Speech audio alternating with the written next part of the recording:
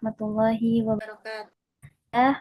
Bismillah, alhamdulillah, alhamdulillahi wa ala alihi wassalatu wassalam ala alihi wa sahbihi ahli sidqi wal wafa. Asyhadu an la ilaha illallah wa asyhadu anna Muhammadar Rasulullah. Ta'ala fi kitabihil ba'da al-a'yadzu billahi minasyaitonir rajim. Bismillahirrahmanirrahim. Yarfa'illahu alladhina amanu minkum walladhina utul 'ilma darajat. Al-ayah.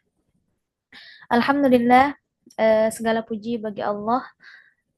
Pertama-tama marilah kita panjatkan puji syukur kita kehadirat Allah yang Maha Ghafur, yang mana dengan rahmatnya, dengan ridhonya, dengan takdirnya kita bisa dapat berkumpul kembali di halakoh kajian rutinitas kita, yaitu kajian fikih muslimah, yang insya Allah yang dibimbing langsung oleh guru kita yaitu Ustazah Fauzia.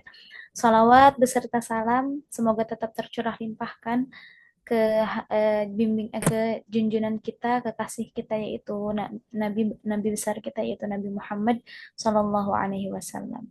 Semoga juga tercurah limpahkan juga kepada keluarganya, kepada para sahabat sahabiatnya, para tabiin, itba'ut tabiin, juga mudah-mudahan sampai kepada kita selaku umatnya. Amin ya Allah ya Rabbal Alamin. Alhamdulillah, di malam hari ini kita berjumpa kembali dengan peserta yang belum kumpul ya. Insya Allah tidak mengurangi semangat kita dalam mencari ilmu insya Allah. Tapi insya Allah di malam hari ini kita akan membahas tuntas terkait dengan materi berpuasa dengan ilmu dan amal ya. Insya Allah izinkan saya di malam hari ini untuk menyampaikan susunan acara seperti biasa. Yang pertama kita buka acara ini, yang kedua langsung saja kita masuk ke acara inti yaitu kajian fikih muslimah bersama Ustazah Fauziah. Yang ketiga nanti ada sesi tanya jawab dan yang keempat penutup. Sebelum masuk ke acara, saya izin menyampaikan bahwa jika ada dari ummahat atau akhwat yang berkenan atau yang mau uh, me, mengasih saran gitu ya, memberikan saran untuk tema kajian fikih ini, boleh langsung di chat ya, ditulis di chat di grup fikih insyaallah. Baik, langsung saya buka kajian malam ini dengan membaca basmalah bersama-sama. Bismillahirrahmanirrahim. Karena apapun yang bersifat baik dengan bismillah maka itu terputus kata Rasulullah. Baik, langsung saja yang kedua kita masuk ke acara inti yaitu kajian fikih muslimah yang bertemakan berpuasa dengan ilmu dan amal yang akan disampaikan oleh Ustazah Fauzia Habibah LC Al-Hafidhah. Kepada beliau waktu dan tempat kami persilahkan.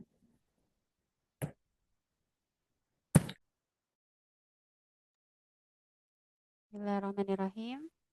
Cek sound dulu. Kedengar suaranya Ustazah Fitri? Terdengar Ustazah. Alhamdulillah. Kalau ini qadarullah sudah seminggu ada gangguan ya. Jadi mulai sound, kemudian wifi juga baru aktif hari tadi ya. Alhamdulillah. Jadi agak telat juga pengumumannya. Oke, kita mulai ya. Bismillahirrahmanirrahim. Assalamualaikum warahmatullahi wabarakatuh. Waalaikumsalam warahmatullahi wabarakatuh. Syukran Ustazah Fitri sudah membuka pengajian kita, kajian rutinan malam ini. Juga ahlan pada Ustazah Isti, kemudian Bunda Trias.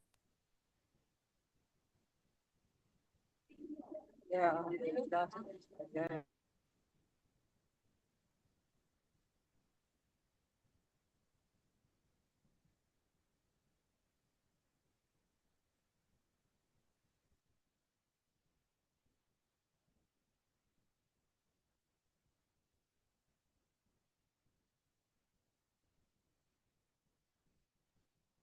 Afwan Ustazah tidak ada suaranya.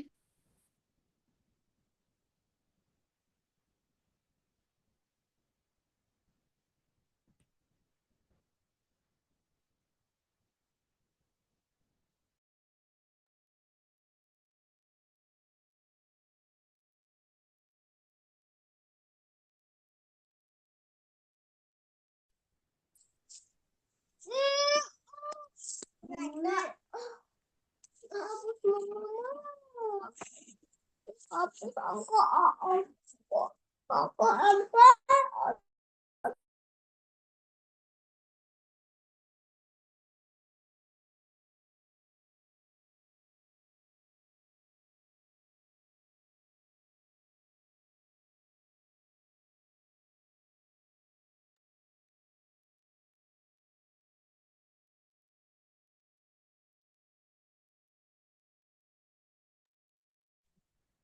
ada suaranya, Ustazah.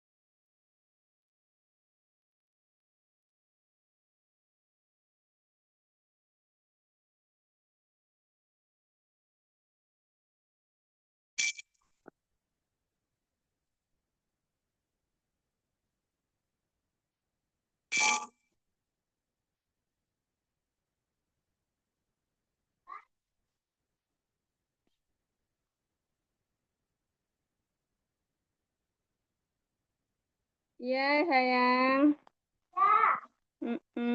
Udah capek.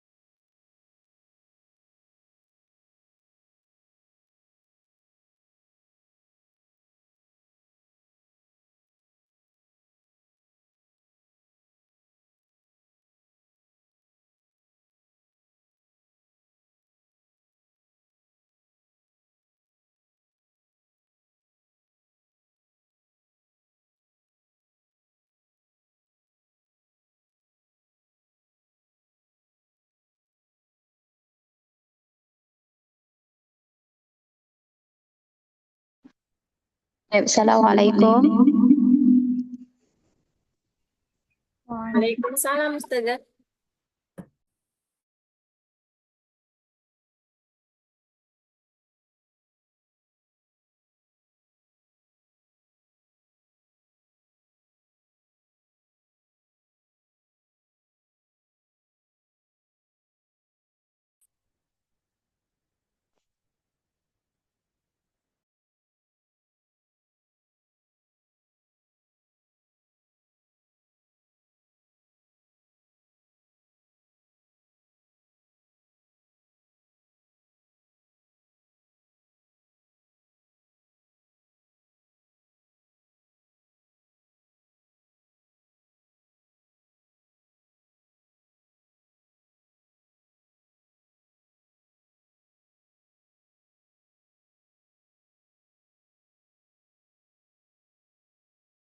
Tes.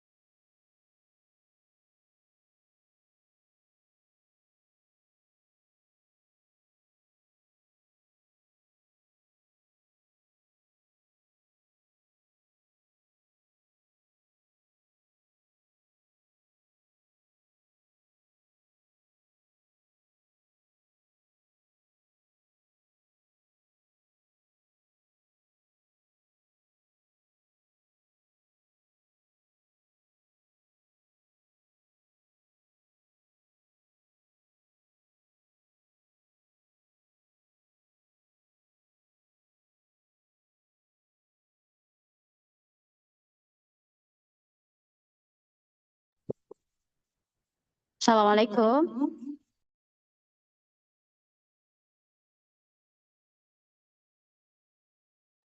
Waalaikumsalam. Ustazah. Wabarakatuh.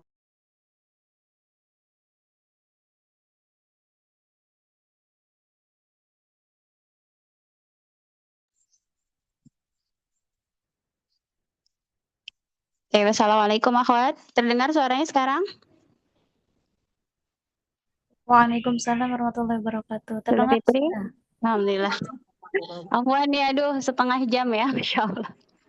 Ini ada gangguan teknis. Oke, akhwat ada di layar sekarang? Ada, Ustazah. Bismillahirrahmanirrahim. Alhamdulillah. Salatu wassalamu ala rasulillah wa ala alihi wa sahbihi wa mawalah amma ba'du. Segala puji bagi Allah Subhanahu wa Ta'ala yang telah memberikan kita kesempatan ya untuk bisa menuntut ilmu kembali, sama-sama bermudzakarah, murajaah ya, mengulang lagi pelajaran yang telah kita dapatkan. Insya Allah kita akan membahas tentang pembahasan berpuasa ya, atau puasa, tentang ibadah saum ya, boleh puasa, boleh saum, boleh juga dengan siam. Tapi Afwan nih Ahwat, suaranya jelas apa belum jelas juga?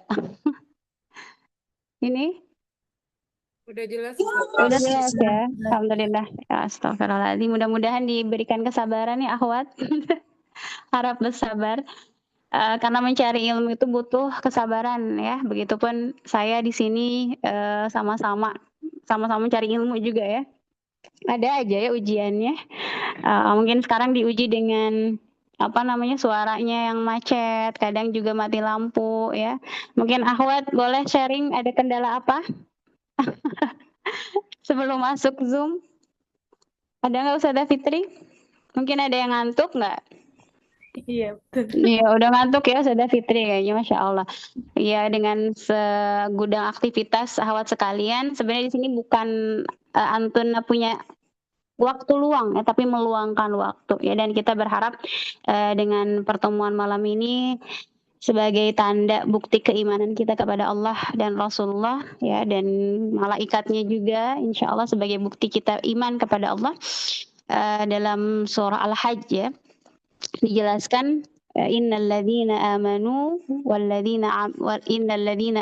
amilus salihati lahum jannatu tajri min tahtihal anhar ya, bahwa dalam Al-Qur'an disebutkan sesungguhnya orang yang beriman dan beramal saleh ya, tentunya kita beriman ya ke sini karena bukti iman kita kepada Allah, kemudian juga beramal saleh ya setiap amalan kita hari ini dan seterusnya.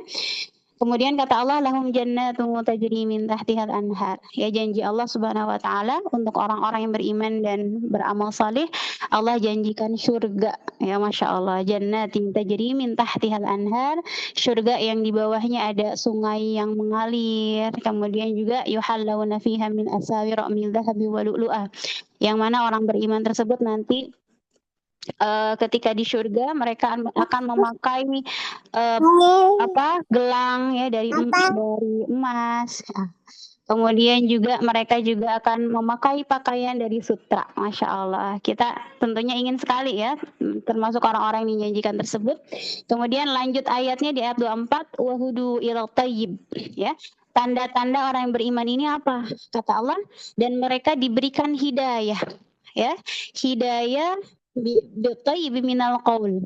Ketika berkata-kata yang baik itu adalah hidayah dari Allah. Kemudian juga wahudu ila siratil azizil hamid. Kemudian juga mereka ditunjukkan atau diberikan hidayah menuju jalan yang diridhoi Allah Subhanahu wa taala atau jalan yang terpuji.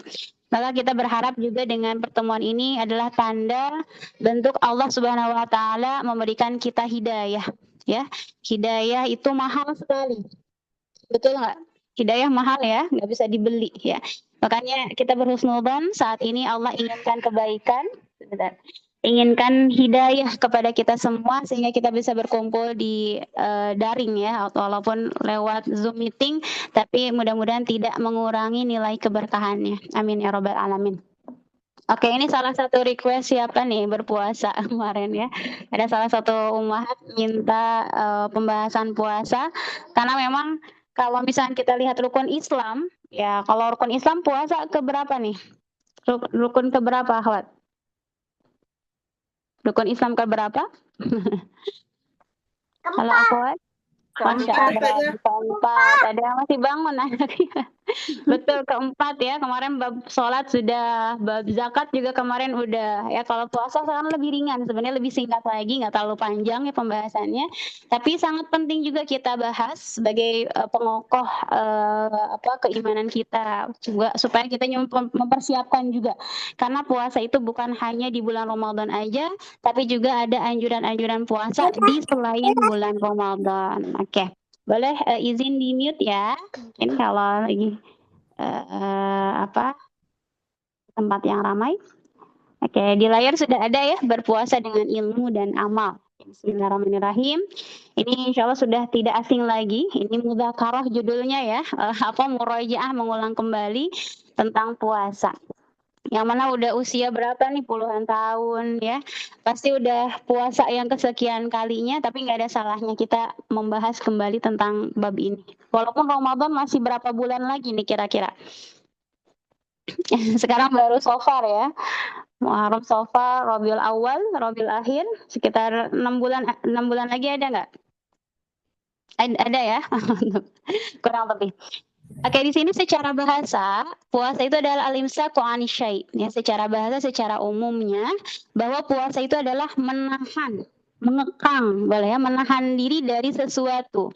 Ya, kalau kita kenal puasa itu kan nggak makan aja, tapi sebenarnya dalam Al-Quran yang dinamakan dengan saum itu bukan hanya tidak makan dan minum aja, tetapi para nabi pun dulu ada nabi-nabi yang mana mereka saum berbicara, ada ya. Ada yang tahu nggak nabi siapa yang saum berbicara? Kayak akhwat, boleh diulang kembali pelajaran yang sudah didapat dahulu. Nabi siapa yang berpuasa bicara? Yang nggak bicara siapa? Di antaranya Nabi, boleh Ustazah Istik, kira-kira Nabi siapa dulu yang berpuasa nggak bicara? Lupa Ustazah. Lupa lagi. Ustazah Fitri mungkin? Umi Trias? Banyak ya. Ada di antaranya Nabi Zakaria itu ya di dalam surah Maryam bahwa beliau ketika itu tanda-tanda akan diberikan nikmat yang luar biasa itu dengan saum, yaitu dengan tidak berbicara selama beberapa hari, salah satu ayam.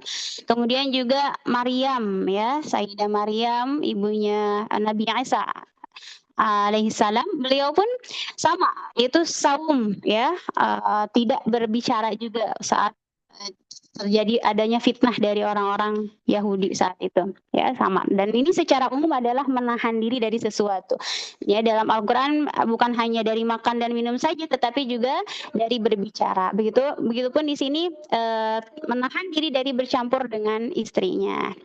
Ini secara bahasa. Kemudian secara istilah di sini al-imsaku 'anil akli wasyurbi wa syani wan nisa min al-fajri ila al-maghrib ihtisaban lillahi wa idadan linnafsi wa tahiyatan laha li taqwallah bil muraqabah wa tarbiyatil iradah. Nah, ini definisi secara istilah, menahan diri dari makan dan minum dan bersenggama. Ya, mulai dari kapan? Mulai dari terbit fajar sampai maghrib, sampai terbenamnya matahari. Untuk apa saumnya? Karena mengharapkan keridhaan Allah dan menyiapkan diri untuk bertakwa kepada Allah dengan jalan muraqabah atau merasa selalu diperhatikan oleh Allah Subhanahu wa taala. Juga selain dari itu untuk mendidik ya, agar diri kita terdidik dari kehendak atau dan keinginan. Ya, maksudnya bersabar ya dari mengingat sesuatu. Nah, ini hikmah dari saum. Kemudian juga termasuk di sini adalah secara istilah atau secara syariat makna dari saum. Baik. Kemudian landasan hukumnya ini udah nggak asing lagi ya ayatnya, yang mana udah masyhur sekali. Ini tentang puasa Ramadan khususnya. Ya ayyuhalladzina amanu kutiba alaikumusiyam kama kutiba alal ladzina min qablikum la'allakum tattaqun. Masya Allah ya, bahwa saum ini bukan hanya diwajibkan kepada kita saja umat Nabi Muhammad, tapi juga nabi-nabi terdahulu pun sama ada syariat atau dianjurkannya untuk berpuasa ya. Dan sama juga tujuannya apa? La'allakum tattaqun, agar kalian mendapatkan ketakwaan ya, atau sampai pada derajat takwa. Kemudian dari hadis bunya Islam ala khamsin syahadati an la ilaha illallah wa anna muhammadar rasulullah wa iqamis shalah wa ita'iz zakah ya. Kalau hadis kemarin ini juga membahas apa nih akhwat? Hadis ini kemarin ada juga nih membahas apa akhwat? Ada yang masih ingat? Zakat ya. Betul, membahas zakat. Dan di sini juga ada karena saum ini atau puasa ini juga adalah bagian dari rukun Islam ya, bunyal Islam ya, umpamanya sebuah bangunan yang mana kalau tidak ada salah satunya maka tidak akan kokoh gitu ya keislamannya. Maka Islam ini salah satunya terdiri dari beribadah puasa, wa ita'iz zakah wal haji wa shaumi Ramadan ya, dan saum Ramadan. Ini ada beberapa hadis versi yang lain ya. Di versi yang lain saum Ramadan itu bagian keempat, tapi pada hadis ini saum Ramadan diletakkan pada bagian terakhir. Tapi para ulama sepakat bahwa saum Ramadan ini di bagian keempat ya, setelah syahadat, salat, zakat baru puasa, kemudian yang terakhir adalah al-hajju. Oke, lanjut lagi Ahwat. Kemudian pahala berpuasa. Nah, ini luar biasa Ahwat ya. Pahala berpuasa itu besar banget ya, sampai di sini dan disebutkan dalam sebuah hadis, kullu amal ibni Adam yudha'aful hasanah asyra amsalihha. Bahwa setiap amal anak Adam, kita manusia maksudnya, itu dilipat gandakan. Satu kebaikan itu sama dengan asyru amsalihha, 10 kali lipat, bahkan ila sab'imiyah, sampai bisa jadi 700 kali lipat. Ya, qala Allah azza wa jalla illa shaum, kata Allah kecuali saum. Kenapa? Fa innahu li wa ana ajzi bih. Karena puasa itu untukku, kata Allah, wa ana ajzi bih, dan aku yang akan langsung membalasnya. Ya, ia da'u syahwatahu. Kenapa? Karena orang yang berpuasa itu dia meninggalkan syahwatnya, keinginannya, padahal mau makan tapi dia tahan. Kenapa? Karena Allah ya. Kemudian juga wa ta'amahu, dia nggak makan min ajli, kata Allah, karena untukku, lisaim. Lisaimi farhatan, ini hadis yang masyhur juga ya, bahwa untuk orang yang saum itu ada 2 kebahagiaan, farhatun inda fitrah, inda fitrihi. Yang pertama kebahagiaan ketika dia berbuka puasa, wa farhatun inda liqa'a rabbih, Masya Allah. Dan satu kebahagiaan lagi yaitu ketika bertemu dengan Allah Subhanahu wa taala. Maka para ulama mengatakan bahwa pahala orang yang berpuasa itu dia bisa bertemu dengan Allah Subhanahu wa taala kelak ya di syurga paling tinggi, karena dalam Al-Qur'an dijelaskan lilladzina ahsanul husna wa ziyadah, bahwa bagi orang-orang yang beriman itu mereka dapat ziyadah, dapat tambahan.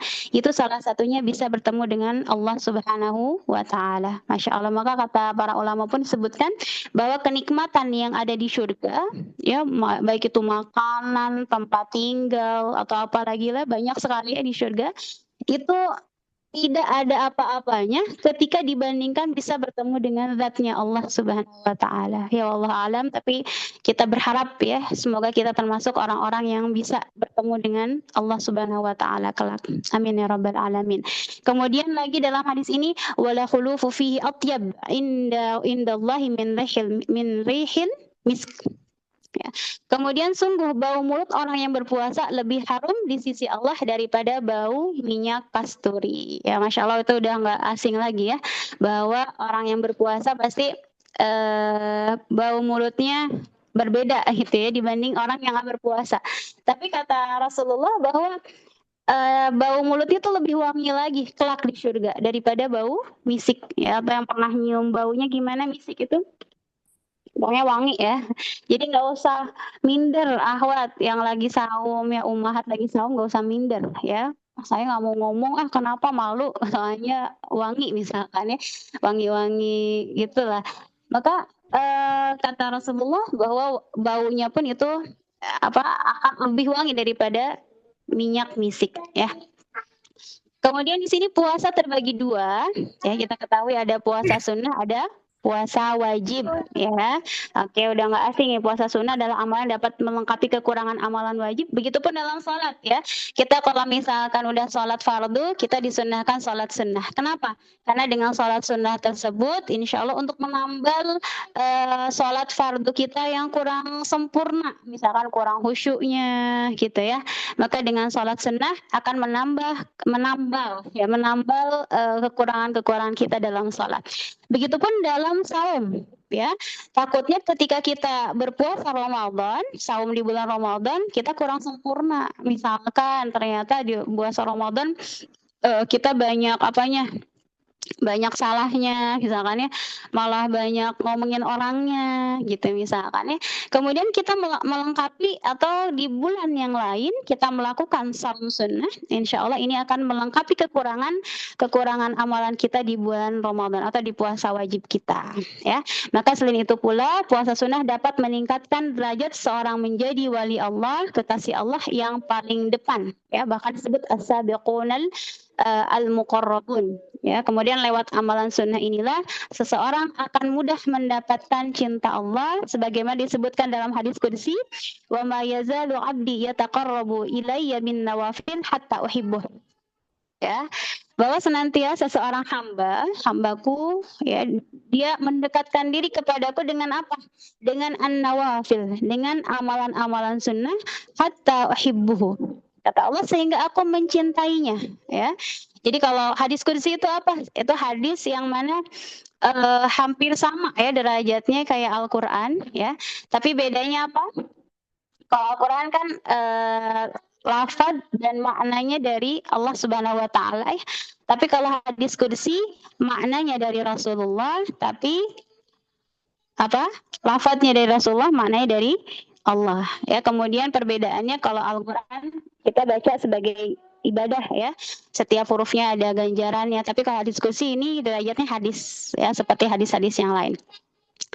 Fa'idha ahbabatuhu, ya kata Allah, fa'idha ahbabatuhu, maka ketika aku mencintainya, kuntu sam'ahu alladhi yasma'u bihi wa basahu alladhi yubsiru bihi. Kemudian kata Allah, jika aku telah mencintainya, maka aku akan memberi petunjuk pada pendengaran yang ia gunakan. Kemudian memberi petunjuk pada penglihatannya yang ia gunakan untuk melihat, memberi petunjuk pada tangannya yang ia gunakan untuk memegang, memberi petunjuk pada kakinya yang ia gunakan untuk berjalan. Jika ia memohon sesuatu kepadaku, pasti aku mengabulkannya.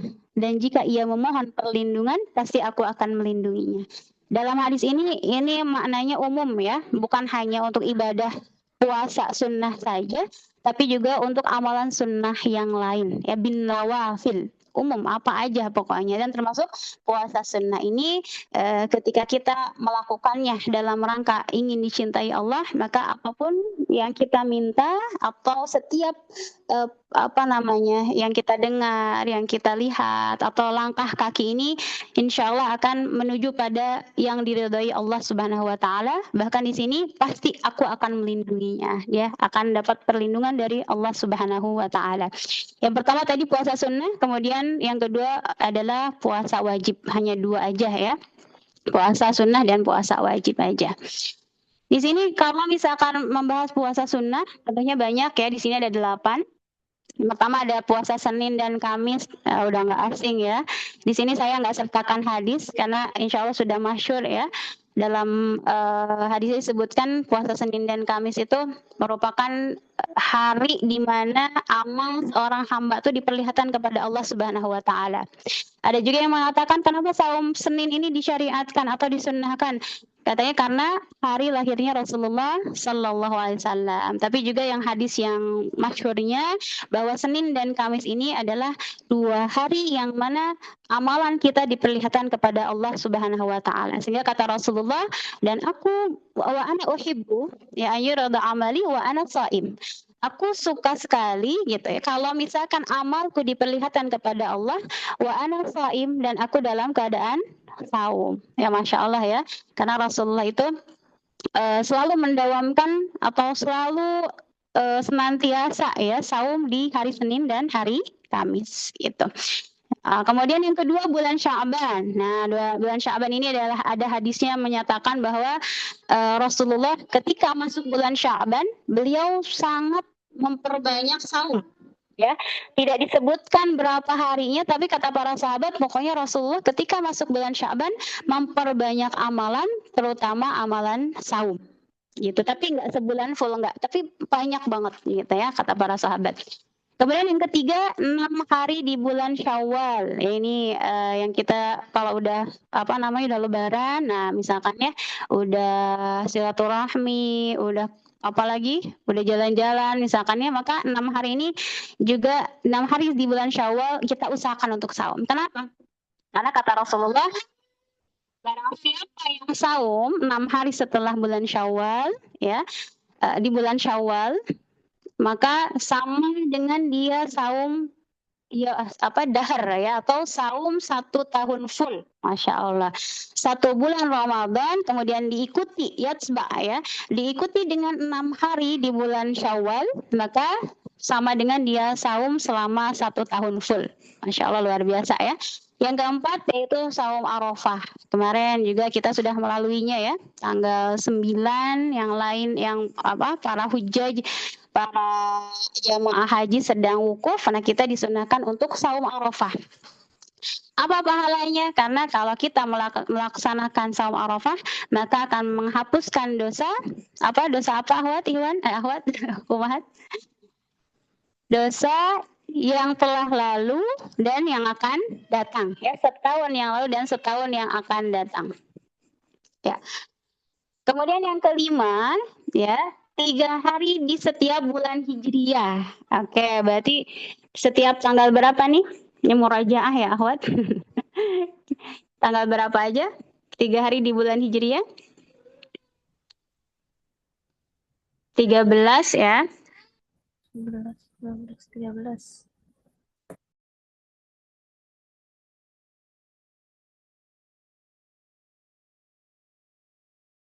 Yaitu 13, 14, 15 ya, itu kita sebut dengan Ayyamul Bid. Ya, kenapa disebut Ayyamul Bid? Kita kalau misalkan dilihat di malam tersebut, lihat bulan itu lagi apa namanya, lagi bercahayanya gitu ya, maka Rasulullah pun selalu mendawamkan itu. Bahkan dalam hadis disebutkan bahwa Rasulullah tidak pernah meninggalkan 3 amalan. Salah satunya adalah beliau selalu saum di 3 hari setiap bulannya. Kemudian para sahabat juga pernah mendengar Rasulullah mengatakan bahwa di tanggal 13, 14, 15, tapi beberapa kalau ada yang mengatakan ada tanggal yang lain juga ada. Tapi yang paling masyhur atau mayoritas ulama mengatakan yaitu di 13, 14, 15 Hijriyah. Nah, ini disebutkan bahwa kenapa 3 hari ini gitu ya? Karena dalam hadis disebutkan ya bahwa satu itu berbanding 10 gitu ya, sehingga kalau 3 kali 10 berarti berapa? 3 dikali 10 berapa, Akhwat? 30 ya, betul? 30. Berarti kalau kita saum di Ayyamul Bid ini sama dengan kita saum selama 1 bulan full. Masya Allah ya. Jadi kalau misalkan nggak sempet nih Senin Kamis gitu ya, repot misalkan ya, maka coba usahakan yang 3 hari ini. Karena kata para ulama bahwa 3 ini itu adalah 3 yang dikali 10 kali lipat gitu. Jadi seolah-olah kita saum selama 30 hari full. Gitu. Kemudian yang keenam ada saum Asyura ya, yaitu pada tanggal 10 bulan Muharram, bulan kemarin ya. Maka ini pahalanya juga luar biasa ya. Pahalanya bisa menghapuskan dosa yang telah lalu. Kemudian yang ketujuh di awal Zulhijjah. Awal Zulhijjah ini para ulama mengatakan bahwa kalau kita kuat ya 10 awal Zulhijjah ini dari tanggal 1 sampai tanggal 9 berarti ya. Itu perbanyak saum. Ya, ibadah yang kalau kita kuat silahkan diperbanyak, diperbolehkan ya, awal Zulhijjah. Kemudian yang ke-8 adalah puasa Daud. Dalam suatu hadis disebutkan bahwa puasa yang paling disukai adalah puasa Nabi Daud. Bagaimana puasanya? Yaitu saum sehari ya, besoknya berbuka ya, satu hari saum, 1 hari berbuka, seperti itu. Ini paling level tinggi gitu, Ahwat ya.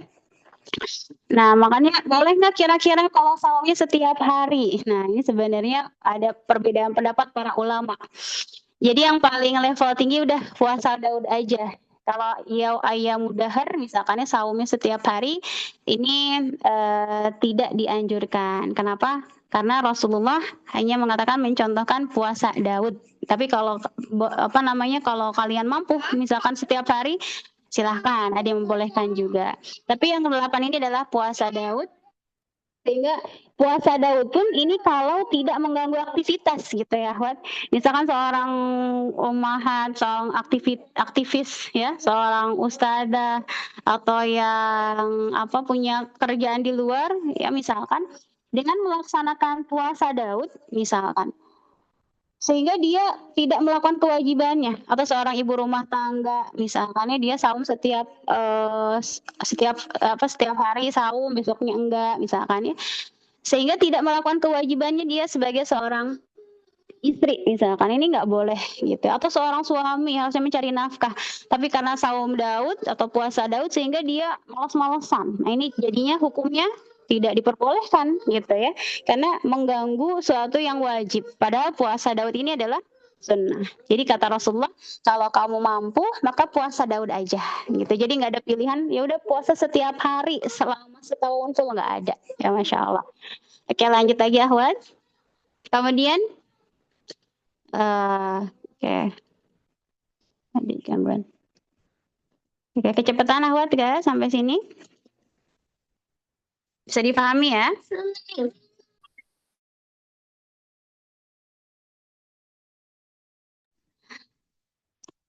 Oke, lanjut. Kemudian ketentuan puasa sunnah. Nah, kita karena belum masuk bulan Ramadan ya, coba bisa diperbanyak ibadah sunnahnya, puasa sunnah. Ketentuan yang pertama adalah boleh berniat puasa sunnah setelah terbit fajar. Ya, ini untuk puasa sunnah agak berbeda ya. Boleh katanya.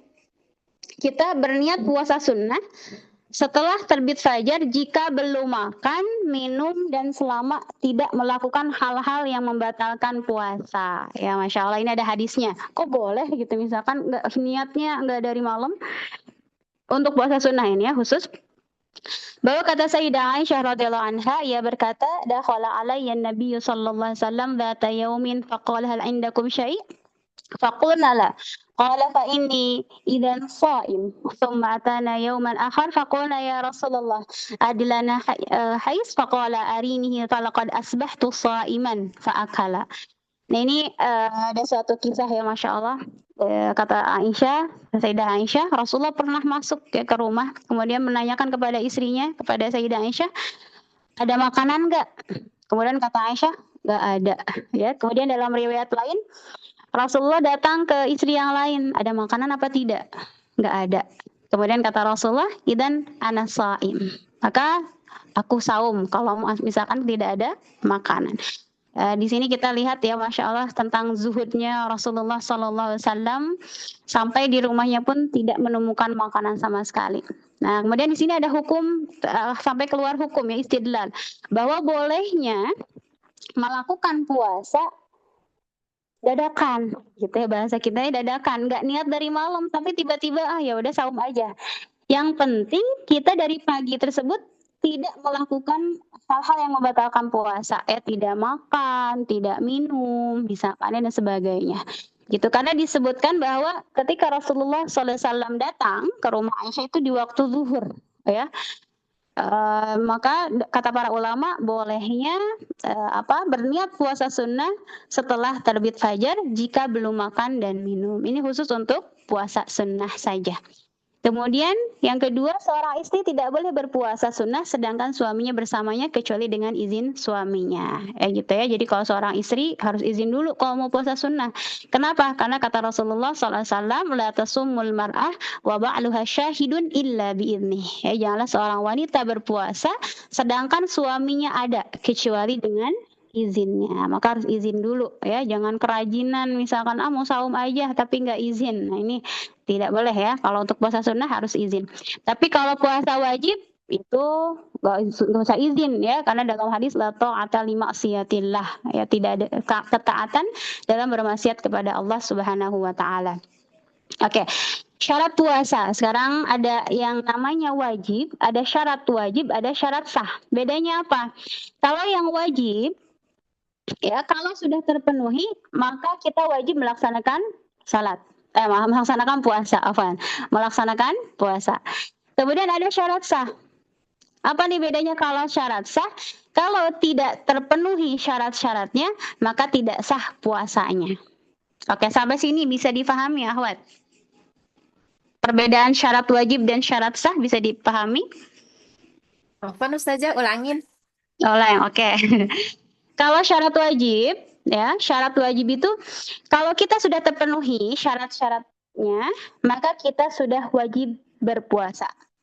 Adapun syarat sah, kalau syarat-syaratnya sudah terpenuhi, maka sah puasa kita. Oke, kita coba dibahas satu persatu ya. Ustazah Isti. Syarat wajib, yang pertama harus muslim. Oke, kalau misalkan nggak muslim, misalkan mohon maaf non muslim ya, dia kafir, dia baik itu Kristen, Yahudi, Nasrani misalkan, dia wajib nggak puasa? Enggak ya, nggak wajib, tidak wajib ya. Kemudian yang kedua, baligh. Kalau misalkan anak kecil anak kecil ya, dia belum, kalau anak perempuan belum haid, anak laki-laki belum mimpi ya, belum mimpi basah, usia 7 tahun misalkan belum balik nih, wajib nggak puasa? Tidak. Enggak ya, nggak wajib. Kemudian berakal, ini syarat wajib yang ketiga, berakal. Berarti kalau orang gila wajib puasa nggak? Enggak ya. Ada orang gila di jalan lagi makan, kita marahin boleh nggak? Lagi bulan puasa nih misalkan ya, orang gila makan aja. Kira-kira dimarahin apa nggak usah? Jangan. Ini kenapa? Karena tidak wajib puasa. Oke, gitu ya. Jadi yang pertama harus muslim, balik, berakal. Kalau misalnya salah satunya ini nggak ada, berarti tidak wajib puasa. Adapun untuk anak kecil, misalkan saya punya anak misalkan, usianya 7 tahun belum balik, berarti belum wajib. Emang belum wajib puasa, tapi orang tuanya wajib mengajarkan anaknya untuk berpuasa. Kenapa? Karena kata Rasulullah, muru auladakum bisab'in ya. Dalam hal ini ajarkan, perintahkan anak kalian untuk melaksanakan sholat, begitupun puasa. Ya, jadi puasa sama sholat ini dua ibadah yang diwajibkan. Puasa ini diwajibkan di tahun kedua Hijriah ya, Wat ya. Kedua Hijriah. Kemudian bagi seorang orang tua atau yang punya anak kecil di rumahnya, misalkan ya, ketika masuk bulan Ramadan, kita wajib memerintahkan mereka yang masih kecil, ya, buat latihan gitu, 7 tahun, 8 tahun, walaupun belum balik. Mereka nggak wajib, tapi kita sebagai orang tuanya wajib mengajarkan mereka. Oke, kembali lagi. Syarat wajib bisa difahami, berarti kalau non-muslim yang masih anak kecil atau yang gila, yang nggak berakal, berarti tidak wajib puasa. Ya, tidak terpenuhi, dia nggak muslim, berarti nggak wajib. Dia belum balik, tidak wajib. Kemudian juga nggak berakal karena gila, misalkan, berarti tidak wajib puasa. Oke, bisa difahami sampai sini di syarat wajib? Insya Allah Ustazah. Insya Allah ya. Oke, sekarang syarat sah puasa. Nah, tapi ada sebagian dari syarat wajib masuk juga pada bagian syarat sah. Ya, syarat sah yang pertama dia harus muslim. Ya, tadi sama juga ya. Misalkan ada non muslim mau saum, sah nggak saumnya? Saum di bulan Ramadan, misalkan. Nggak sah karena bukan muslim ya. Kemudian yang kedua sama juga berakal, harus berakal. Kalau orang gila misalkan dia saum, maka nggak sah saumnya. Kemudian yang ketiga, suci dari haid dan nifas. Ini perempuan ya, misalkan saya lagi haid, tapi pengen banget puasa pokoknya mah gitu, nggak mau meninggalkan momen penting misalkan. Kira-kira sah nggak puasanya? Sah nggak, Wat? Orang yang lagi haid atau nifas puasa sah tidak? Tidak Ustazah. Tidak ya. Kemudian yang keempat, bukan di hari yang haram ya. Kemudian juga dia tidak berpuasa di hari yang diharamkan. Misalkan 2 Id ya, Idul Fitri dan Idul Adha kan nggak boleh saum. Dia pengen saum, nggak sah saumnya. Atau juga dalam mazhab Syafi'i di hari tasyrik ya, 11, 12, 13 Hijriah itu nggak boleh saum. Dia pengen saum, nggak sah juga saumnya. Begitu ya. Oke, bisa difahami ya tentang syarat wajib dan syarat sah. Insya Allah, insya Allah ya. Oke, sekarang rukun puasa nggak terlalu banyak, Ahwat, dikit aja. Yang pertama niat, yang kedua imsak, ya, mudah banget. Rukun yang pertama yaitu niat. Niat, kita lihat di sini. Untuk puasa wajib, niatnya harus sejak malam, ya kan? Berarti pas apa nih? Boleh kalau di kampung-kampung biasanya udah taraweh itu langsung bareng-bareng ya. Nawaitu saumagodin gitu ya. Betul nggak? Sudah Fitri gitu ya kalau di kampung ya. Bareng-bareng niatnya habis tarawehan ya. Kalau misalkan dia lupa berniat, ya misalkan dari pagi tidur sampai apa nih? Sampai subuh misalkan, bisa jadi ya. Dia lupa nggak niat, maka gimana, sah nggak saumnya? Nggak sah karena dia belum berniat, tapi wajib menahan diri di hari tersebut. Saya lupa nggak niat puasa, nggak sahur juga gitu ya. Nah, untuk niat ini sama seperti hal yang lain, halnya ibadah-ibadah yang lain, yang paling penting di dalam hati. Jadi nggak harus dilafalkan, nawaitu saumagodin misalkan, nggak harus, tapi yang paling penting di dalam hati gitu ya. Karena arti dari niat itu qasdu syai' muqtaranan bi fi'lihi, itu berniat sesuatu dibarengi dengan mengerjakannya. Jadi misalkan ada akhwat nggak nyebut nawaitu saumagodin, tapi misalkan pas sahur tuh, ini saya sahur lagi makan misalkan saya sahur ini buat saum, maka sah aja gitu ya.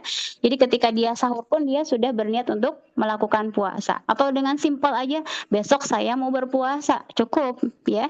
Jadi untuk puasa wajib dia harus berniat sejak malam atau maksudnya sebelum habis waktu atau sebelum masuk waktu subuh intinya gitu ya. Oke. Kemudian yang kedua, untuk niat ini tidak harus dari malam. Tadi yang sudah kita bahas ya, puasa sunnah tadi boleh kalau ngedadak ya, misalkan waktu duha mau saum aja deh. Yang penting dia belum makan dan minum.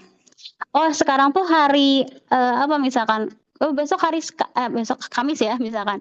Kamis jam 10 baru ngeh dia, oh ini hari Kamis ya. Selagi dia belum makan dan minum dan melakukan hal-hal yang membatalkan, maka dia boleh berpuasa sunnah gitu.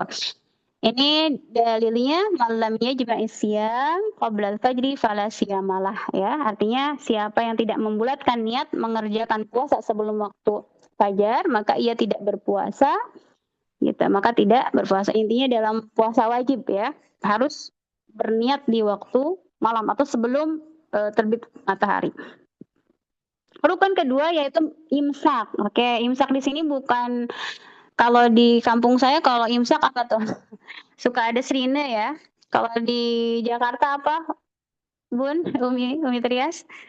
Ada waktu imsak pakai apa tuh? Beda-beda ya. Oh, tuh, Ustazah Sarah, pakai apa kalau waktu imsak dikasih taunya? Ada nggak? Oke, mungkin beda-beda ya setiap daerah. Kalau di sini pakai serine ya, imsak misalkan ya. Udah itu menandakan 10 menit lagi mau adzan subuh. Tapi bukan itu yang dimaksud imsak di sini ya, Ahwat ya, bukan. Tapi maksudnya menahan. Jadi ketika kita sudah berniat puasa, maka harus menahan. Menahan apa? Pokoknya dari segala sesuatu yang membatalkan puasa seperti makan, minum dan syahwat. Gitu. Dalilnya mana? Fal'ana basyiruhunna wabtaghu ma kataballahu lakum wa kulu washrabu hatta yatabayyana lakumul khaytul abyadu minal khaytil aswadi minal fajr. Dari sini yang menjadi dalil adalah basyiruhunna. Ya, ini menandakan bahwa ketika berpuasa itu memang menahan dari hal-hal yang membatalkan, diantaranya makan, minum dan syahwat gitu. Oke, di sini hal-hal yang membatalkan puasa ya ada 8 ya. Salah satunya di sini nomor 1 makan dan minum dengan sengaja ya. Di sini kalau nggak sengaja berarti boleh Bun ya, mau sewadah gede juga nggak apa-apa. Kalau lupa ya. Kalau nggak sengaja nggak apa-apa. Dalam hadisnya di idza nasiya fa akala wa syariba falyutimma shauma fa inna ma at'amahullahu wa saqah. Ya, kalau misalkan hari pertama biasanya nih ya, hari pertama puasa kadang suka nggak ngeh ya, oh saya lagi puasa, kadang lupa. Kalau lupa nggak apa-apa, lanjutin aja lanjut ya. Kalau lupa nggak tidak batal saumnya. Falyutimma shaumah, maka sempurnakan saumnya ya. Kenapa? Karena di sini apabila seorang makan dan minum dalam keadaan lupa, hendaklah dia tetap menyempurnakan puasanya karena Allah telah memberi dia makan dan minum gitu. Jadi kalau lupa nggak apa-apa. Tapi kalau sengaja maka batal puasanya. Yang kedua, muntah dengan sengaja ya. Dan di sini emang ada yang nggak disengaja. Kalau yang sengaja contohnya gimana? Maaf ya, misalkan ada orang dicekek-cekek misalnya tenggorokannya biar muntah, nah ini batal. Tapi kalau nggak sengaja, misalkan tiba-tiba di jalan lihat sesuatu yang menjijikan gitu ya, sehingga langsung muntah, nggak kuat lihatnya misalkan ya, kebayang-bayang, maka itu nggak batal. Tapi kalau disengaja, ini batal ya. Di sini barang siapa yang muntah ya, menguasai muntah-muntah yang tidak disengaja sedangkan dia dalam keadaan puasa, maka tidak ada qada baginya. Namun apabila dia muntah dengan sengaja, maka wajib baginya membayar qada. Nanti diganti puasanya di bulan selain Ramadan. Di luar Ramadan nanti diqada lagi kalau dia sengaja muntahnya. Kemudian yang ketiga mendapati haid dan nifas ya, tiba-tiba keluar haid pas lagi saum maka batal saumnya. Walaupun dia pengen saum nggak sah ya. Yang keempat berjima. Mohon maaf ini bersetubuh ya dengan sengaja ya, berhubungan suami istri. Kalau misalkan dia melakukannya maka batal saumnya, bahkan naudzubillah ya. Itu ada kafarah ya.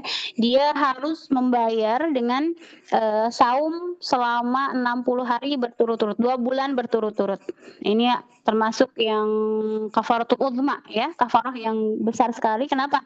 Kalau dia bersetubuh di bulan Ramadan, di siang bulan Ramadan. Ya, ini nggak boleh. Kemudian yang kelima keluar mani karena bercumbu. Ya, jadi kalau dia keluar maninya karena sengaja atau karena bersentuhan tiba-tiba keluar maka batal puasanya. Tapi kalau misalkan nggak sengaja karena misalkan ya ada yang mimpi basah di siang Ramadan kan nggak sengaja kemudian keluar mani, nah ini nggak batal. Kalau gara-gara disengaja ini juga batal ya.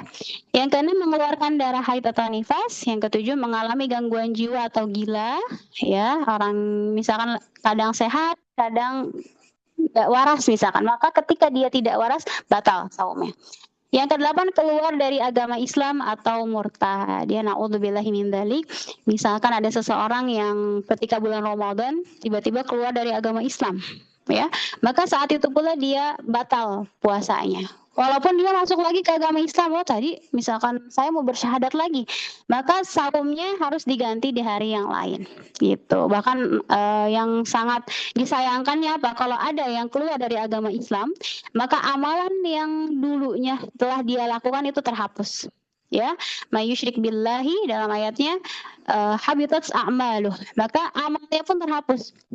Kebaikannya udah terhapus gitu. Ketika dia masuk Islam lagi misalnya dalam berpuasa ini, maka dia wajib mengqadha saumnya gitu yang di hari tersebut. Dia keluar dari agama Islam, masuk lagi di hari yang sama misalnya, maka dia wajib mengqadhanya. Ya, batal puasanya kemudian wajib mengqadha. Oke, ini di slide terakhir ya, akhwat ya. Ya, tadi kalau misalkan kita batal puasanya gara-gara yang 8 tadi misalkan ya salah satunya, maka diqadha saumnya. Apa itu qadha? Diganti ya. Nanti ketika sudah keluar di bulan Ramadan, misalkan di bulan Syawalnya atau enggak cukup di bulan Syawal, di bulan Zulqa'dahnya misalkan ya, dan seterusnya, maka diganti dengan qadha. Jadi qadha saumnya.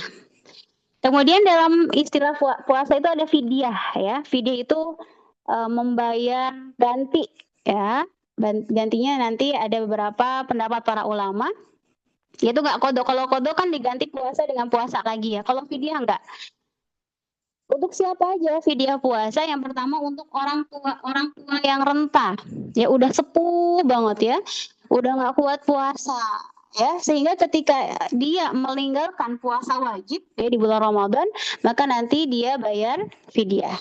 Ya, dia nggak kuat kalau dia saum, misalkan akan memperparah sakit, nggak memperparah, memang nggak kuat kalau saum dia akan sakit misalkan ya, maka nanti dengan bayar fidyah. Kemudian yang kedua orang sakit parah, ya dia kalau saum atau dia punya sakit lambung yang akut misalkan ya parah sekali, kata dokter kalau dia saum akan memperparah sakitnya, maka tidak usah diqadha tapi nanti bayar fidyah. Kemudian yang ketiga wanita hamil dan menyusui ini juga bayar fidyah, tapi dalam mazhab Syafi'i dibedakan ya orang hamil dan menyusui. Kalau misalkan dia khawatir, misalkan khawatirnya sama siapa?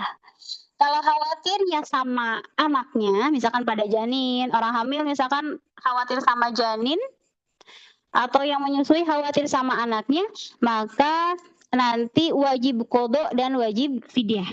Itu dalam mazhab Syafi'i ya. Tapi kalau dia khawatir pada dirinya sendiri, misalkan karena saya nggak kuat, misalkan saya nggak kuat kalau saum, maka cukup bayar fidyah saja, tidak usah qadha. Gitu. Ini berbeda pendapat para ulama ya. Yang keempat orang yang meninggal dunia. Ada orang yang meninggal kemudian masih punya hutang puasa, maka dibayar dengan fidyah oleh ahli warisnya. Kemudian yang kelima yang mengakhirkan qadha Ramadan. Ya mohon maaf misalkan ya di tahun ini tahun 2025 misalkan ya masih punya qadha saum, masuk tahun depan masuk Ramadan lagi masih punya qadha. belum dikodoin juga. Ya, belum diganti juga. Maka nanti ketika masuk bulan Ramadan itu dia harus membayar fidyah. Kodoknya juga tetap wajib gitu ya. Jadi nggak bisa ya udah bayar fidyah aja, nggak bisa. Jadi misalkan dia punya hutang, ya hutang saum kodok selama 6 hari. Masuk Ramadan tahun depan dia masih punya kodok, belum dikodoin juga, ini punya hutang juga. Maka saat itu pula dia wajib bayar fidyah. Tapi kodok juga wajib nanti setelah berakhir bulan Ramadan. Begitu Ahwat ya. Ini kalau misalkan dia mengakhirkan kodok Ramadannya gara-gara lalai. Lalai itu gimana? Padahal banyak waktu kan, kalau dari Ramadan ke Ramadan depan kan setahun ya. Kalau dia lalai di sini malas nanti aja deh menunda-nunda, padahal dia kuat, maka di sini wajib bayar fidyah dan kodok. Lain halnya, misalkan dia punya kodok Ramadan, tapi memang nggak mampu karena sakit kah? Tadi masuknya berarti ke bagian nomor 2 ya. Atau karena lagi hamil menyusui lagi, misalkan nggak kuat untuk puasa, maka ini cukup kodok saja tanpa bayar fidyah. Begitu Ahwat ya. Oke, kemudian di sini bayar fidyah ini ada landasan dalil dalam Al-Qur'an, wa 'alal ladzina yutiqunahu fidyatun ta'amu miskin. Kata Allah Subhanahu wa taala, dan wajib bagi orang yang berat menjalankan jika mereka tidak berpuasa, maka dengan membayar fidyah yaitu memberi makan seorang miskin ya. Oke, di sini jelaskan fidyah itu segimana? Ya, berapa ukuran membayar fidyah? 1 hari dibayar dengan fidyah. Dalam pendapat Malikiyah dan Syafi'iyah berpendapat bahwa kadar fidyah adalah 1 mud, atau kalau dikira-kira 0,7 atau 7 ons ya, nggak sampai sekilo. Atau boleh dibulatkan 1 kilo ya, 1 kilo bahan makanan pokok. Sedikit ya, Ahwat. 1 mud ini pendapat Syafi'iyah dan Malikiyah. Tapi pendapat dari Hanafiyah, ulama Hanafiyah mengatakan bahwa kadar fidyah itu yang wajib adalah dengan 1 sok. Ada yang ingat nggak kemarin bab zakat 1 sok segimana, Ahwat? Masih ingat nggak? Halo? Ada yang masih ingat? Pertemuan kemarin 1 sok segimana? Silakan ada yang menjawab. Ini pada tidur atau hadirah semuanya? Ustazah Fitri, halo? Ada, Bunda Trias ada. Umi Trias berapa, Masih ingat nggak? Masih ingat Umi Trias 1 sok segimana pekan kemarin? Pembahasan zakat? 3,5 ya? Iya, Utia mau coba jawab. Oke ya, jadi 1 sok. Berapa Ustazah Isti? 1 sok itu 4 mut ya, diperkirakan 3,8 liter. Masya Allah, 3,8 liter, atau kalau kilonya berapa kira-kira? 2,7 kilogram. 2,7 kilogram, Masya Allah. Masih ingat ya, jadi kalau ulama Syafi'iyah mengatakan 1 mud ya untuk fidyah itu berarti 1 hari. Misalkan kita punya kodok saum 6 hari, maka dengan 1 hari 1 mud. Tapi kalau dalam Hanafiyah itu sama dengan kadar zakat fitrah ya, 1 sok itu 4 mud gitu. Oke, pertanyaannya, boleh nggak kira-kira fidyah dengan uang? Oke, ada yang boleh nggak? Ada yang pernah dengar nggak? Mau pakai uang aja, boleh nggak? Boleh. Boleh. Kenapa boleh? Ganti beras, Ustazah. Kenapa, Umi? Pakai uang tapi nanti diganti langsung oleh panitia diberikan beras. Langsung berikan beras, betul. Ini betul. Boleh pakai uang, tapi untuk pendapat ulama Hanafiyah. Kalau Syafi'iyah, kalau kita menganut paham Syafi'iyah nggak boleh. Kalau pendapat Hanafiyah boleh, berarti harus segimana berasnya? Berasnya, uangnya berarti seharga 1 sok. Gitu ya. Jadi jangan sampai saya mau 1 mud aja ikut Syafi'iyah tapi pakai uang. Coba beras 1 liter berapa? 1 mud tadi kan 1 kilo ya kurang lebih. Sekarang beras 1 kilo sekitar berapa, Ahwat? 15.000 misalkan ya. Nah ini nggak boleh. Kenapa? Karena dalam mazhab Syafi'iyah tidak boleh dengan uang, harus dengan makanan pokok. Ya, di sini dilihat dari maslahatnya. Kenapa? Takutnya, khawatirnya, misalkan kan nanti fidyah dikasih ke fakir miskin ya. Ternyata uangnya dipakai apa? Dipakai merokok, misalkan ya. Dipakai beli apa? Internet misalkan. Ini kan nggak etis ya. Maka dalam mazhab Syafi'iyah harus dengan beras ya atau dengan makanan pokok. Makanan pokok kita di Indonesia pakai beras ya, itu ada beras gitu ya. Kalau di luar negeri misalkan di mana di Arab Saudi mungkin dengan gandum ya atau kemarin dengan kurma, dengan kismis ya, satu mud. Kalau mau pakai uang maka diperbolehkan dalam mazhab Hanafiyah berarti sama dengan ukuran 1 so atau 4 mud gitu. Tapi memang khawatirnya tidak dipergunakan dengan baik ya oleh fakir miskin. Kemudian ada pendapat yang lain satu lagi tidak disebutkan di sini yaitu yang dilakukan oleh Ibnu Abbas ya. Ibnu Abbas dulu pernah beliau ada membayar fidyah dengan mengundang makan ya, mengundang makan untuk fakir miskin. Ya, kemudian mereka makan sepuasnya, sehingga keluarlah dalil di sini dijadikan dalil oleh para ulama boleh fidyah dengan memberikan makan dengan lauknya, ya sekira apa si fakir miskin tersebut kenyang dengan makanan tersebut. Gitu. Jadi ukurannya apa? Di situ diperbolehkan memberikan nasi dengan lauknya, kemudian dia pun kenyang dan makanannya yang sering dia makan. Jadi misalkan suka makan sama apa nih? Kira-kira kita suka makan pakai apa? Pakai ayam misalkan ya. Pakai ayam. Nah, untuk yang ikut pendapat Ibnu Abbas ini, misalkan, ya udah saya juga mau ngasih makan nasi aja sama lauknya. Tapi lauknya malah dikasih apa? Dikasih telur doang. Nah, ini nggak boleh ya. Harus sesuai yang memang dia sering makan sehari-harinya, setiap harinya. Gitu ya. Jadi kalau di sini secara garis besar ukurannya beda ya antara Malikiyah Syafi'iyah dan juga Hanafiyah. Untuk Malikiyah dan Syafi'iyah itu 1 mud atau 0,7 ya 7 ons lah ya, atau dibulatkan menjadi 1 kilogram. Sedangkan untuk ulama Hanafiyah dan mereka pun berpendapat boleh dengan uang tapi dengan ukuran beras 1 sok atau 4 mud atau kita dikalkulasikan di 3,8 liter atau 42 kilogram. Begitu akhwat ya. Oke, untuk puasa singkat aja sih ya, jadi nggak terlalu panjang lebar. Mungkin di sini kita juga mengingatkan kembali ya, kita ada beberapa bulan lagi masuk Ramadan. Jadi kalau masih ada hutang puasa dan kita mampu, maka usahakan. Begitu ya, jangan sampai kita masuk bulan Ramadan lagi masih punya hutang puasa. Ya Allah alam bisawab. Oke, diserahkan kepada Ustadzah Fitri. Tafadhali Ustadzah Fitri. Ya.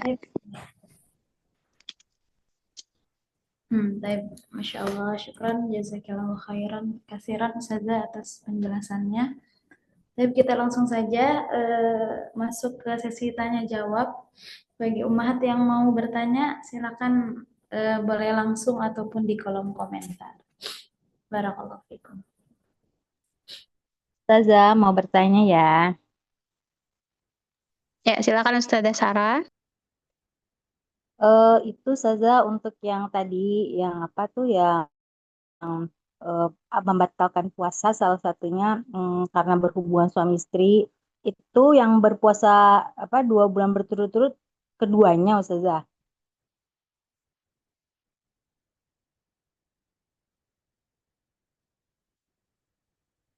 Assalamualaikum.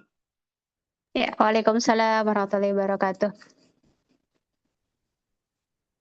Ya, Ustazah Sarah, mana yang wajib puasanya gitu ya pertanyaannya? Kalau yang melakukan hubungan suami istri, apakah suaminya apa istrinya gitu? Kira-kira yang mana? Dua-duanya ya, dua-duanya ya. Nanti kata suaminya kan kamu juga misalkan, itu dua-duanya. Ya. Dan ini sebenarnya pernah ada kisah ya, mungkin sedikit ada kisah di zaman Rasulullah SAW. Ada dua yang sudah sepuh ya, tua renta. Mereka mengadu kepada Rasulullah SAW. Ya Rasul, katanya ketika turun hukum ini ya, namanya kafar uzma kan ya. Ya Rasul, saya telah melakukan jima di bulan Ramadan, katanya gitu. Kemudian kata Rasulullah, ya berarti kamu harus kafarah. Kafarahnya itu dengan apa? Yaitu dengan saum 2 bulan berturut-turut. Kemudian kata sahabat ini, ya Rasul, katanya, 1 bulan aja saya nggak kuat, gitu ya. Apalagi 2 bulan, gitu ya. Karena saya juga udah tua renta, gitu. Tua rentanya tapi masih mampu saum. Maksudnya saya nggak bisa menahan dari itu selama 1 bulan aja nggak kuat, apalagi 2 bulan, ya gitu. Kemudian kata Rasul, ya udah. Dengan apa berarti? Tahapan kedua apa? Yang pertama, Makan fakir miskin. iya, kemudian memberikan makan fakir miskin sebanyak 60 orang.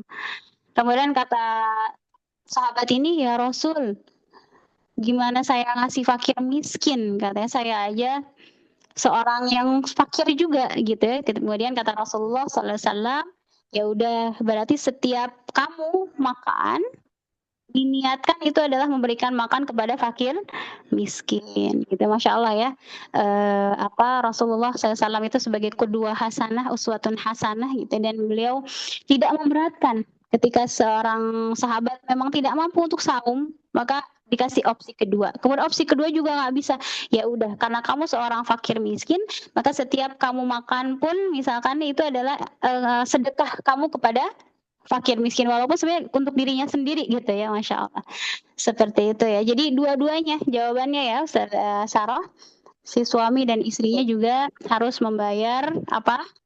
Membayar kafarah keduanya ya, karena besar sekali dosanya, waliyadzubillah ya, karena dalam keadaan sadar kemudian di bulan suci Ramadan yang mana di sana diwajibkan berpuasa malah melakukan hubungan suami istri gitu. Nah, Allah alam bisawab. Satu Bisa lagi dipahami ya, Ustazah, Ustazah? Iya, silakan Ustazah.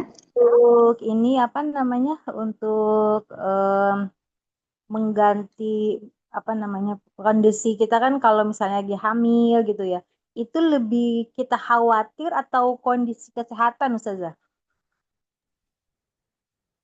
Iya, kesehatan siapa? Ya kita maksudnya kata khawatir itu dalam artian kita khawatir kondisi kesehatan atau takut nggak kuat gitu Ustazah. Untuk misalnya di dalam posisi misalnya hamil ya kan, terus misalnya dia ini ngerasa ngerasa ya, tapi ngerasa kayaknya nggak kuat deh gitu kan. Akhirnya dia nggak jadi nggak puasa gitu. Itu sebenarnya lebih baik dilihat ditinjau dari sudut kesehatan atau gimana tuh Ustazah? Iya, itu dilihat dari kesehatan. Oh, gitu. Karena misalkan kalau dia saum, saya nggak kuat, ya. Nggak kuat itu maksudnya nggak sehat, gitu. Kan kalau orang hamil, misalkan kalau saum dia lemes, gitu. Kesehatan, kesehatannya. Cuma dalam madhab Syafi'i yang dikhawatirkan kesehatan siapa? Kesehatan ibunya atau anaknya, gitu. Kalau kesehatan dirinya sendiri, maka nanti dia cukup qodho saja, ya. Tapi kalau khawatir terhadap anaknya juga, misalkan anak dan dirinya juga, ya, ada kekhawatiran untuk orang lain, maka wajib keduanya, fidyah dan qodho. Jadi tetap wajib qodho. Baik, Mm-mm. Jadi kalau madhab yang lain sebenarnya ya udah fidyah aja, ada yang mencukupkan. Tapi selagi kita mampu untuk mengqodho, misalkan ya, karena misalkan kan kalau hamil ada melahirkannya, udah melahirkan ada udah selesainya kan masa-masa tersebut, maka lebih baik lagi diqodho gitu. Maka dalam madhab Syafi'i memang lebih terkenal dengan ikhtiyat. Ikhtiyat itu kehati-hatian loh. Jadi kalau kita memang mampu mengqodho, qodho. Seperti itu ya. Wallahu a'lam bishawab. Bisa dipahami Ustazah Sarah? Ini Ustazah, untuk misalnya ini kan habis melahirkan, kan masih menyusui. Misalnya setelah itu hamil lagi gitu. Katakanlah dia 2 tahun itu yang anak pertama itu dia belum kodo. Itu apa namanya, puasa dan membayar fidyah aja atau puasanya harus double Ustazah? Oke, kekhawatirannya di situ. Balik ke kekhawatirannya. Oh, Coba kalau misalkan khawatirnya saya kan menyusui, kalau misalkan saya saum, yang dikhawatirkan siapa dulu? dirinya sendiri. Dia sendiri berarti dia hanya wajib qadha saja, nggak usah fidyah. Qadhanya nanti nggak apa-apa, udah selesai nanti banget. Kemarin saya juga dapat ya seperti itu ya, udah udah melahirkan, ternyata harus isi lagi ya, saum lagi ya, seperti itu. Ketika kita mampu, ternyata Allah mampukan kok, insya Allah ya, diniatkan selagi Allah masih kasih kita waktu qadha saumnya gitu. Tapi kalau Tapi terus misalkan ya kayak gitu kodonya itu nggak berkali lipat kan Ustazah, tergantung yang kita, saya katakanlah Ramadan ini ketinggalannya 10 harinya misalnya, ya ketemu Ramadan berikutnya 10 hari lagi misalnya gitu, tetap 20 saja ya, nggak dikali 2 gitu, enggak kan ya Ustazah? enggak double, enggak Hmm, double. Kecuali tadi bertahun-tahun gitu. kecuali tadi dapat poin yang kelima, dia mampu mengkodok selama 1 tahun tapi nggak mengkodok sehingga nanti wajib fidyah. Fidyah juga kodok iya. Padahal setahun tuh dia kayaknya mampu untuk saum. Ya kan lama tuh, setahun berapa hari tuh ya. Tapi masuk Ya. Ramadan lagi nggak saum. Maka kita lihat ke diri kita sendiri. Oh, kemarin kayak kita lalai ya. Misalkan ya. Maka dengan bertaubat itu istighfar ya, dengan juga bayar fidyah. Tapi qadha tetap jalan. Beda lagi kalau yang tua renta, afwan ya, misalkan sakit. Saya setahun ini sakit terus-menerus. Ya udah fidyah, nggak usah qadha. Ya, kayak yang tua renta, berarti nanti kalau misalkan dia hamilnya terus menerus misalkan ya, hamil nyusuin terus aja, maka nanti dihukumin karena sakit ya, berarti dia masuk pada hukum yang pertama tadi, karena kedua ya, nomor 2 ya, karena sakit, karena nggak memungkinkan untuk mengqadha saum, maka fidyah dulu. Tapi nanti ketika ternyata sembuh, alhamdulillah ya, kalau dalam ilmu fikih itu disebut al-maridul ladzi la yurja bur'uhu ya, sakit yang tidak diketahui sembuhnya, kayak kata dokter nggak mungkin sembuh lagi deh gitu. Maka sakit apa? Nggak ada harapan ya. Nggak diharapkan, bukan nggak diharapkan ya, kayaknya udah akut banget gitu, kayaknya tidak memungkinkan sembuh lagi, maka di situ fidyah. Ya tapi ternyata sembuh, Masya Allah, maka qadha gitu. Karena puasa itu luar biasa ya, pahalanya besar banget, masa dengan fidyah gitu ya. Tentunya nggak bakal seimbang. Oke, walau alam bisawab. Wah iya Ki, oke, mudah-mudahan dipahami ya. Oke, ada lagi Ustazah Fitri? Saya bisa tak? Ada lagi yang mau bertanya, Ummahat? Di kolom chat kayaknya tuh Ustazah ada. Oh iya, Bunda siapa nih, MPH, nanti boleh ya pakai nama asli. Ya silakan Ustazah Fitri, boleh dibantu, ada di kolom komentar. Sebentar, Ustazah. Kode saya tidak ada ya? Oke, ada. Oke, saya baca ya, Ustazah Fitri. Ya, pertanyaannya sama ya, tadi sama Ustazah Sarah. Kalau ibu menyusui tidak berpuasa karena takut dirinya sendiri tidak kuat dan takut air susunya tidak berisi, itu berarti masuknya hanya bayar fidyah atau dengan qadha puasa juga. Oke, ini karena dirinya sendiri juga karena takut nggak ada ASI, sebenarnya intinya khawatir ke anaknya juga ya, sebenarnya seperti itu keduanya ya. Ini kalau dilihat di sini dia tetap qadha. Tetap mengqadha puasanya nanti kalau sudah selesai ya, selesai masa menyusui. Jadi dalam madzhab Syafi'i itu kalau karena menyusui dan hamil itu ya, walaupun khawatirnya pada diri sendiri, dia tetap harus membayar qadha.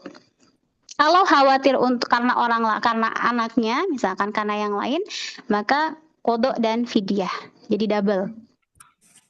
Begitu ya. Seperti siapa yang bertanya ini? Bisa dipahami? Karena sayang ya kalau cuma bayar fidyah aja, maka dalam madzhab Syafi'i tetap harus bayar qadha. Kecuali kalau dia khawatirnya untuk dua, ya, untuk dirinya dan untuk orang lain. Ya, mudah-mudahan bisa dipahami ya. Oke, ada lagi Ahwati Villa sebelum ditutup? Ya, Ustazah Wafa Ahlan baru bergabung. Enggak, nggak bahasa.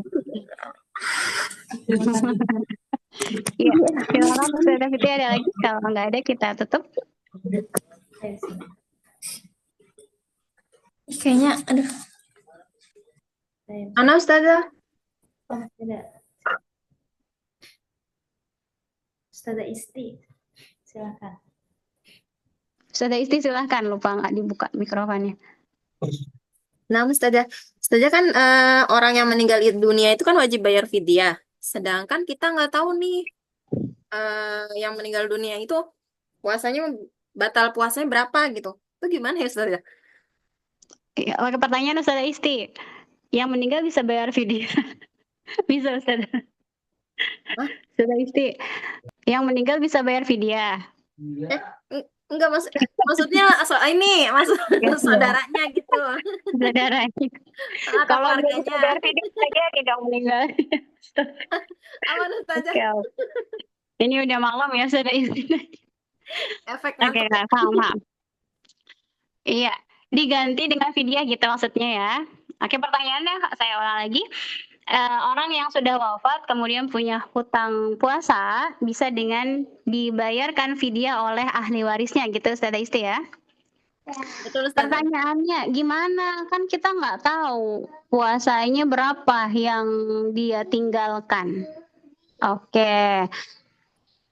Berarti tanya sama yang misalkan kalau seorang ibu misalkan tanya sama anaknya, masa nggak tahu misalkan ya berapa kali ibunya tidak puasa, masa nggak tahu sakitnya berapa hari, pasti tahu lah ya insya Allah Ustazah Isti ya. Ataupun misalkan nggak tahu ya udah dikira-kira aja sakitnya dari hari apa nih, sebelum wafat sakitnya berapa hari, oke dikira-kira aja gitu ya. Kalau ngeblank banget ya udah berarti kayaknya misalkan ya kata ahli warisnya, kata anaknya, kata cucunya, misalkan kata keluarganya, kayaknya ibu nggak ada puasa yang ditinggalkan, berarti ya udah nggak usah gitu. Ya Ustazah Isti. Nah, Ustazah. Berarti kalau misalkan nggak dibayar dosa dong? Apa gimana Ustazah? Makanya dikira-kira berapa nih yang ditinggalkan, dikira-kira aja. Ditanyakan, masa nggak tahu sakitnya dari kapan? Oh, iya, Nggak iya, ada yang iya. ngurusin misalkan ya, dikira-kira aja. Daripada kasihan kan ya mayit atau yang sudah di alam barzah memiliki hutang puasa, maka tanya. Dan ini berkaitan juga ya, dikiaskan pada sholat juga sama, pada sholat. Ya, orang-orang yang meninggalkan sholat itu pun dihitung, ini hitungannya bukan hari. Kalau saum kan 1 hari yang ditinggalkan 1 mud ya, kalau dalam mazhab Syafi'i. Kalau dalam sholat berarti apa yang dihitung? Hari atau waktu sholat? Sholat ya.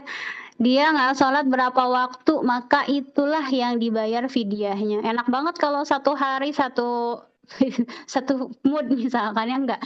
Di sini ada yang mengkiaskan sebagian ulama bahwa kalau ada orang yang meninggalkan sholat berapa waktu maka dibayar dengan fidyah juga. Makanya kalau di sini masih ada ya, masih kalau ada yang meninggal itu masih bagi-bagi beras itu bayar fidyah karena ada sholat yang ditinggalkan gitu.